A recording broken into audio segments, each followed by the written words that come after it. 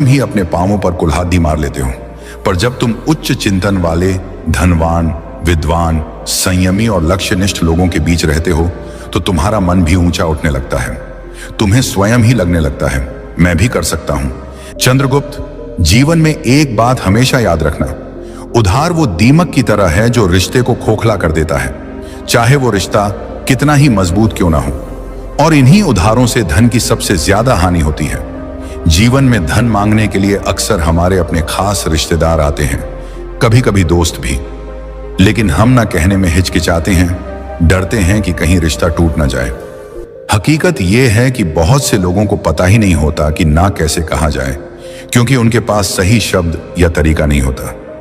लेकिन आज मैं तुम्हें यही रणनीति बताऊंगा। जब कोई तुमसे उधार मांगने आए, अगर तुम ये 3 सवाल पूछ लोगे तो वो खुद ही उधार मांगने के बजाय कोई और बहाना बनाकर तुम्हारे यहां से चुपचाप निकल जाएगा। लेकिन चंद्रगुप्त, ये एक विद्या है जो डर से मुक्ति देती है। अगर तुम नहीं जानोगे तो हमेशा उलझते ही रहोगे, क्योंकि मैंने अक्सर देखा है कि लोग इसी वजह से अपनी जिंदगी की कमाई गंवा बैठते हैं। नमस्कार दोस्तों, डे इंस्पायर्ड चैनल में आपका फिर से स्वागत है। अगर आपको भी चाणक्य नीति पसंद आती है तो कमेंट में जरूर बताएं कि आप भारत के किस राज्य से ये वीडियो देख रहे हैं, ताकि हम समझ सकें कि हमारी बातें कहां कहां तक पहुंच रही हैं। और चलिए बिना देर किए वीडियो की शुरुआत करते हैं। दोस्तों, चाणक्य की ये बातें आज भी उतनी ही सच्ची हैं जितनी उस पुराने जमाने में थीं। कल्पना कीजिए, चाणक्य के समय में पाटलिपुत्र की गलियों में एक साधारण व्यापारी रहता था। नाम था विष्णुदास। वो दिन रात मेहनत करके अपना व्यापार चलाता था, अनाज बेचता था और थोड़ी बहुत बचत करता था अपने परिवार के लिए। एक दिन उसका दूर का रिश्तेदार आया, बोला, भाई मेरी फसल बर्बाद हो गई है बाढ़ में, बस थोड़े पैसे उधार दे दो, अगली फसल में लौटा दूंगा। विष्णुदास का दिल पसीज गया। उसने अपनी सारी बचत दे दी, लेकिन महीने बीत गए, साल बीत गए, वो रिश्तेदार नजर नहीं आया। बाद में पता चला कि उसने वो पैसे अपनी ऐशो आराम में उड़ा दिए थे। विष्णुदास का परिवार भूखा रहा, बच्चे स्कूल नहीं जा सके और वो रिश्ता, वो तो पहले ही खोखला हो चुका था। चाणक्य कहते थे, धन की रक्षा करना परिवार की रक्षा करना है। आज के समय में भी यही हो रहा है। लोग फोन पर मैसेज करते हैं, भाई इमरजेंसी है, 50,000 उधार दे दे, और हम देते हैं क्योंकि नहीं देना हमें बुरा लगता है। लेकिन सच्चाई ये है कि पैसा देने के बाद रिश्ता और मजबूत होने के बजाय कमजोर हो जाता है। क्यों? क्योंकि अगर पैसा वापस नहीं आया तो झगड़े शुरू हो जाते हैं, और अगर मांगो तो तुम विलेन बन जाते हो। अब सवाल यह है कि हम इस जाल से कैसे बचें। चाणक्य की नीति हमें बताती है कि भावनाओं में बहना बंद करो और बुद्धि से काम लो। मैं आपको बताऊंगा वो 5 तरीके जो चाणक्य ने बताए थे, लेकिन सरल भाषा में, जैसे कोई बूढ़ा गुरु अपने शिष्यों को समझा रहा हो। इन तरीकों से आप ना कह सकेंगे बिना किसी को दुख पहुंचाए। और हां, मैं इसमें चाणक्य के समय की कहानियां जोड़ूंगा, ताकि आप महसूस कर सकें कि ये सिद्धांत कितने पुराने हैं लेकिन आज भी काम करते हैं। जैसे आज के समय में कोई क्रेडिट कार्ड का इस्तेमाल करके कर्ज में फंस जाता है, वैसे ही उस जमाने में लोग साहूकारों के चंगुल में फंसते थे।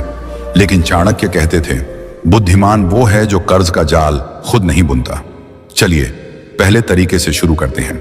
ये है तुरंत जवाब न दो। चाणक्य इसे समय की ढाल कहते थे। जब कोई पैसा मांगे, चाहे वो कितनी बड़ी मुसीबत बता रहा हो, उसी वक्त हाँ या ना मत कहो। बस मुस्कुराकर कहो, भाई मैं तुम्हारी परेशानी समझता हूं, लेकिन मेरा पैसा अलग अलग जगहों पर लगा हुआ है, मुझे अपने हिसाब किताब देखने दो, घर वालों से बात कर लूं, कल तक बता देता हूं। ये 24 घंटे आपको सोचने का मौका देते हैं और सामने वाले की नीयत भी परख लेते हैं। चाणक्य के समय में एक राजकुमार था जो हमेशा जल्दबाजी में फैसले लेता था। एक बार एक जासूस उसके पास आया, बोला, महाराज मुझे तुरंत सोने की मुद्राएं चाहिए, दुश्मन की जासूसी के लिए। राजकुमार ने उसी वक्त दे दी। बाद में पता चला वो जासूस दुश्मन का था। चाणक्य ने राजकुमार को डांटा, समय लो, सोचो, तब फैसला करो। आज के समय में भी अगर कोई ट्रांसफर करने को कहे तो कहो, बैंक बंद है आज, कल देखते हैं। आप देखेंगे अगर जरूरत झूठी है तो वो इंतजार नहीं करेगा, किसी और के पास चला जाएगा। लेकिन अगर सच्ची है तो इंतजार करेगा। यह तरीका आपको आसान शिकार होने से बचाता है। मैंने खुद देखा है, मेरे एक दोस्त ने ऐसा किया। उसका चचेरा भाई आया, 20,000 मांगे। दोस्त ने समय मांगा। अगले दिन भाई खुद बोला, रहने दे, किसी और से ले लिया। बाद में पता चला वो पैसे पार्टी में उड़ाने थे। ऐसे छोटे छोटे अनुभव हमें सिखाते हैं कि धैर्य कितना बड़ा हथियार है। अब दूसरा तरीका, सवाल पूछो लेकिन तरीके से। 24 घंटे बाद जब वो वापस आए तो तुम सफाई मत दो कि पैसा क्यों नहीं है, बल्कि उनसे पूछो, भाई मैं मदद करना चाहता हूं लेकिन मुझे यह पैसा जल्दी वापस चाहिए क्योंकि मेरे अपने खर्च हैं।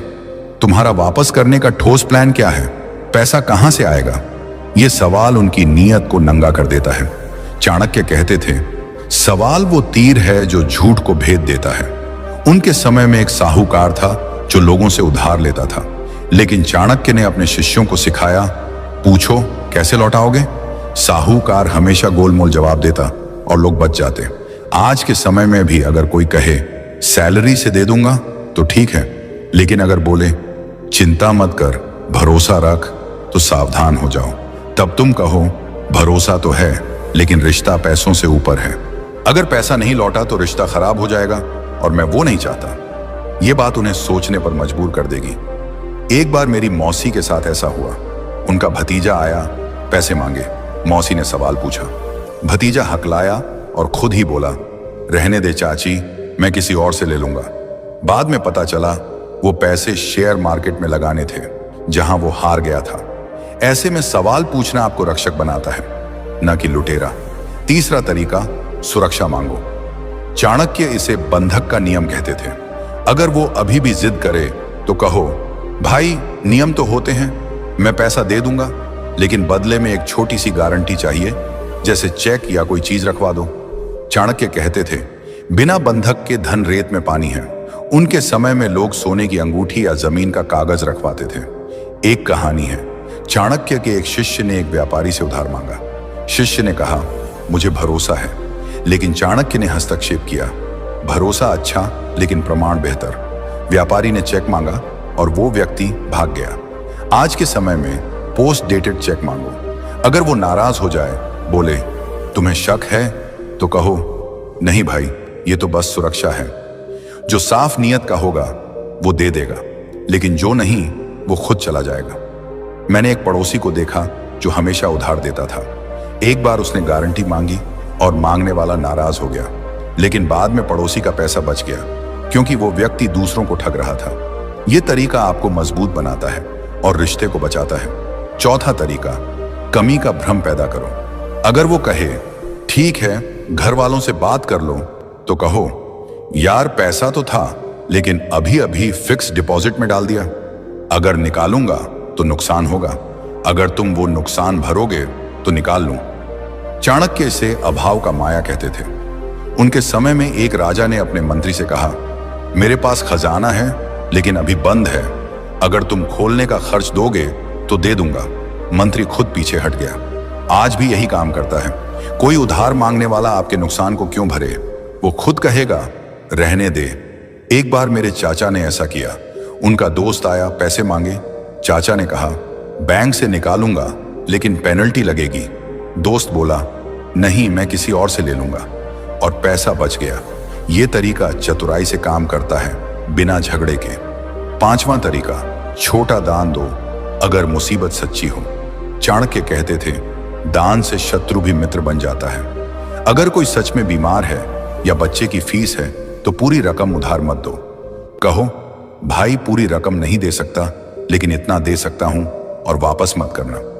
इससे तुम्हारा ज्यादा पैसा बच जाता है, इज्जत बढ़ती है और वो दोबारा बड़ी मांग नहीं करेगा। चाणक्य के समय में एक गरीब किसान राजा के पास आया।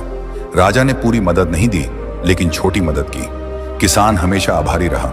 आज के समय में भी अगर कोई 50,000 मांगे तो 5,000 दे दो दान में, वो खुश होगा और तुम सुरक्षित। मेरी एक बहन ने ऐसा किया। उसकी सहेली आई, पैसे मांगे। बहन ने छोटी रकम दी और रिश्ता मजबूत हो गया। अब अगर रकम बड़ी हो, जैसे लाखों, तो कागजी काम जरूरी।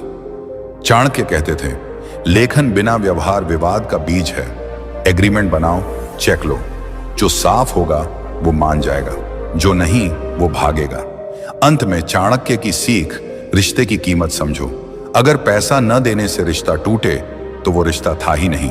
स्वयं की रक्षा करो। आज से नियमों को अपनाओ। समय लो, सवाल पूछो, गारंटी मांगो, कमी दिखाओ, दान दो। ना कहना आत्मसम्मान है।